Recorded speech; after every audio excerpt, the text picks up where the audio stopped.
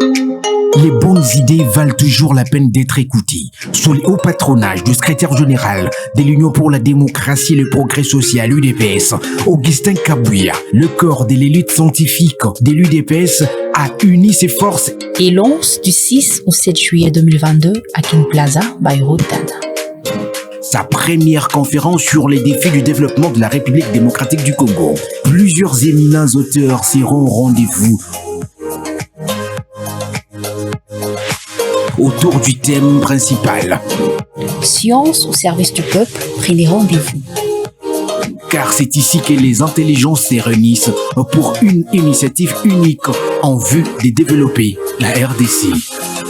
Pour toute information, contactez le numéro le plus 243 89 95 49 969 ou le plus 243 81 78 38 089.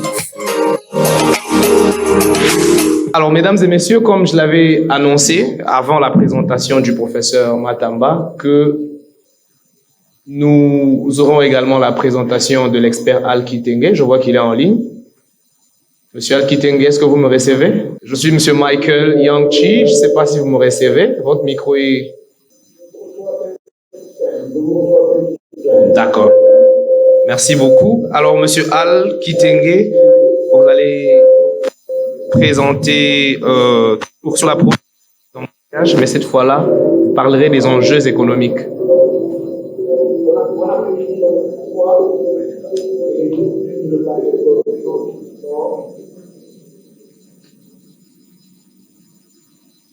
Oui, vous pouvez y aller, Monsieur Al.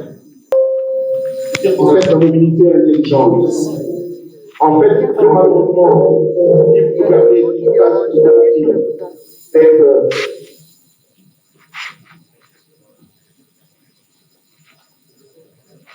la ville de Kinshasa, on s'aperçoit une ville dont l'intelligence collective est très très faible. Et d'ailleurs, les intervenants de tout à l'heure qui ont parlé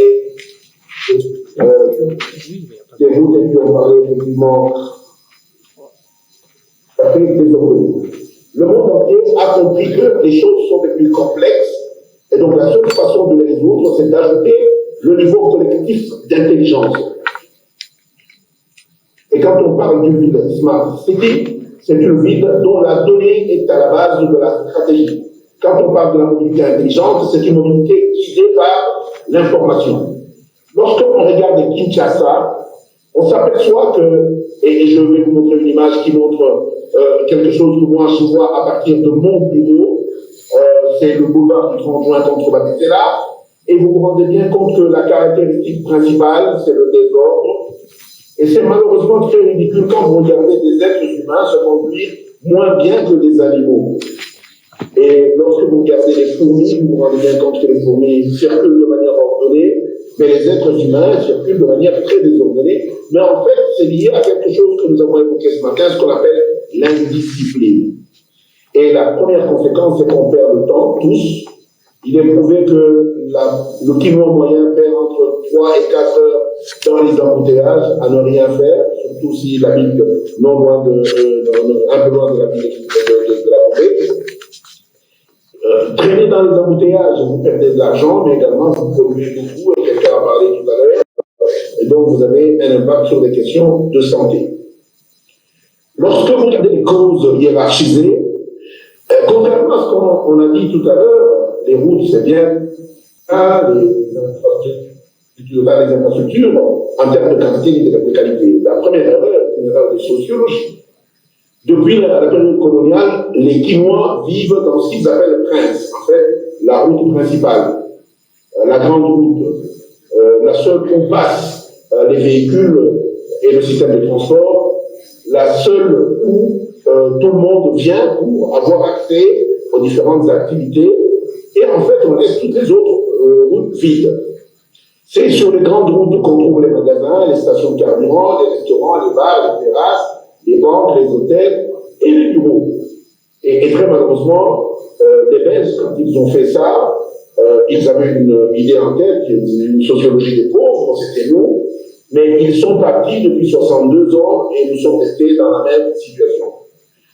L'autre erreur, et elle est fondamentale, elle est monumentale, c'est l'aménagement des carrefours.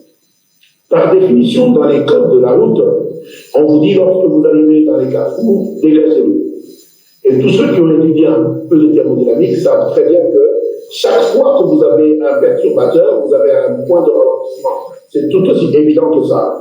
Mais ça veut dire qu'en réalité, si vous considérez les véhicules comme des fluides qui sont dans un canal, le plus logique aurait été que dans un carrefour, il n'y ait pas du tout de perturbation.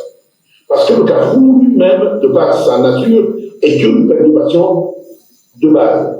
Mais très malheureusement, chez nous, c'est dans les carrefours que nous mettons les arrêts de bus. Quelque chose de complètement insensé.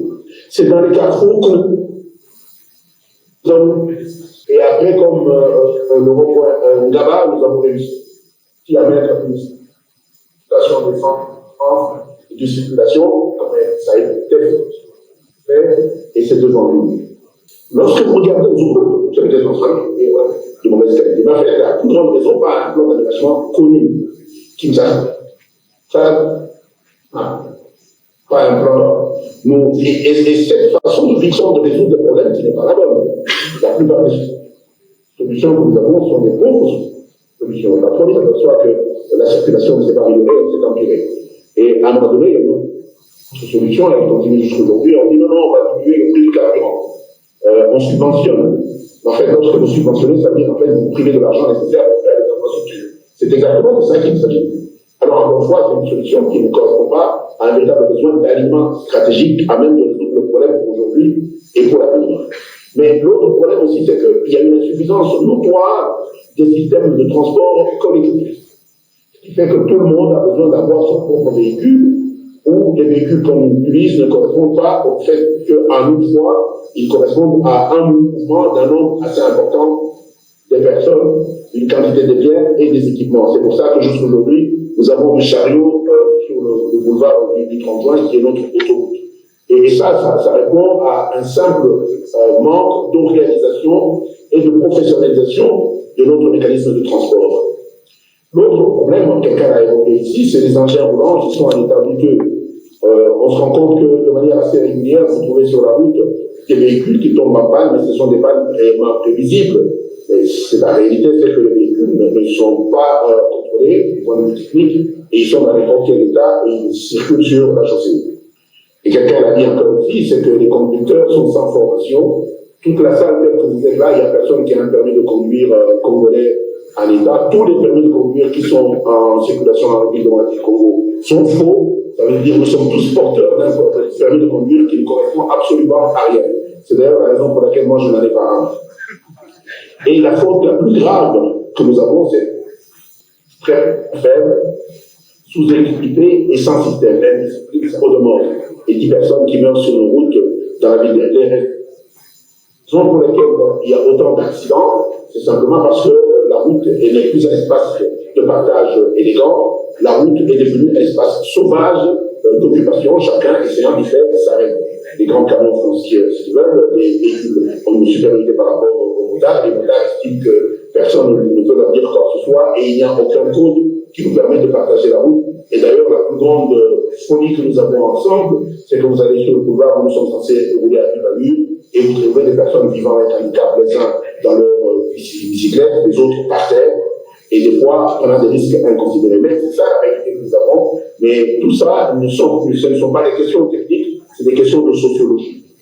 Je vais rapidement aller vers la solution. La solution, elle va vers la première chose qu'il faut rétablir sur une chaussée pour que nous ayons la capacité d'avoir une fluidité dans les transports, c'est la discipline. Et la seule façon qu'une autorité soit mise sur les 3 opérateurs qui seront servis pour qu'on soit en mesure de moderniser la police et avoir des services de qualité au bénéfice de tout le monde. L'autre problème que j'ai dit tout à l'heure, c'est la vérité des prix. À un moment donné, il faut arrêter de subventionner ce qu'on a besoin de subventionner. Si aujourd'hui, on subventionne le carburant, mais les gens vont le gaspiller sur la route en passant 3-4 heures dans des embouteillages, en circulant à une vitesse, en polluant la chaussée, ou de parler, de avoir un fonds de développement entier, ça veut dire qu'en fait, une grosse quantité dans la structure de prix pour mesure de faire des routes qui nous permettent de circuler de manière économique et intelligente. mais également un engagement du territoire et une répartition de responsabilités. Moi, je pense simplement que la République de la Gambie est une véritable faute de la colonie, mais la colonie est terminée depuis 62 ans. Nous continuons à conduire comme si nous étions encore sous une joug de la colonisation belge. Et à mon avis, la ville de Kinshasa est la capitale de la République démocratique du Congo et non la commune de la Gambie. Ça se sous-entend, en fait, nous devrions être en mesure de répartir les différentes entités de l'État sur les 4 communes afin de pouvoir aérer la ville. La deuxième des choses, nous devrions être en mesure de développer ce qu'on appelle l'équité civique. Il n'est pas logique qu'un enfant de 4 ans quitte la cité verte pour venir à l'école à la Gambie. Ça n'a aucun sens. Nous devrions avoir, et ça devrait être un critère de performance d'un gouvernement, c'est la capacité d'avoir des systèmes de santé de qualité et de proximité. Et ça éviterait que les gens aient l'obligation de circuler vers la ville, y compris pour des choses complètement ordinaires, quelqu'un l'a dit d'une autre manière tout à l'heure. Mais également, il faudrait développer des systèmes de transport en commun performants.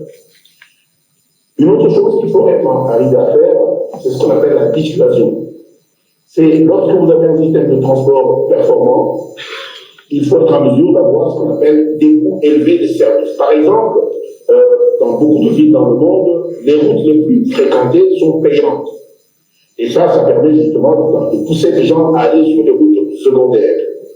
Les expressways, comme on les appelle, coûtent cher. Si vous désirez y passer, vous payez. Les autres, prenez des autres routes. Ça permet justement d'éviter que tout le monde vienne au même endroit de la même manière. Les grandes villes ont ce qu'on appelle des systèmes de parking payants. Et quand vous mettez 500 francs, les gens s'en foutent. C'est l'argent qu'ils donnent généralement aux jeunes gens qui traînent dans les parkings du centre-ville. Mais si vous mettez à $1 l'heure, les gens vont commencer à réfléchir. Très peu de personnes vont décider de venir avec leur véhicule en ville parce qu'ils savent que venir en ville avec le véhicule coûte trop cher.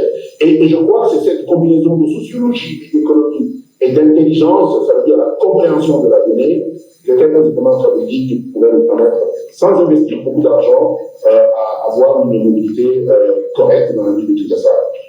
Quelqu'un le disait tout à l'heure, il y a des solutions à court terme, à moyen et à long terme. Et avant d'envisager des solutions à moyen et à long terme, ce paquet de solutions mises ensemble en 3 mois, on a réglé 70% d'une absence d'intelligence collective de taille moyenne.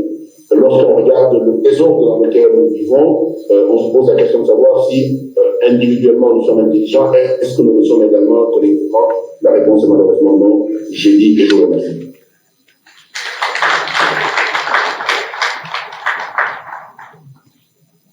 Merci beaucoup, Monsieur Al Kitenge, pour l'économie du temps. Vous nous avez permis d'économiser environ 7 minutes, ce qui est une bonne chose. La technique a ses caprices, donc on va revenir un peu plus tard vers Monsieur Al Kitenge. À faire, mais moi, tout ce que j'ai retenu, c'est que c'est aujourd'hui que j'apprends que prince signifie principal. J'ai appris ça aujourd'hui. Très bien. Alors, mesdames et messieurs, sans plus tarder, nous allons passer à la prochaine intervention.